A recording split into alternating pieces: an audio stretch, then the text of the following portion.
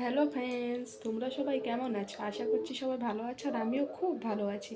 তো আজকে দুপুরবেলা আমাদের বাড়িতে কী কী রান্না হয়েছে তো চলো তোমাদের সাথে শেয়ার করছি। তো চলো ভিডিওটা দেখতে থাকো। দেখো, প্রথমেই আছে এখানে সাদা ভাত, এক গামলা সাদা ভাত আছে।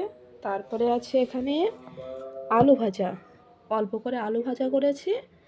আর এখানে আছে চ্যাং মাছের ঝোল, এটা করেছি আমার মনার জন্যে।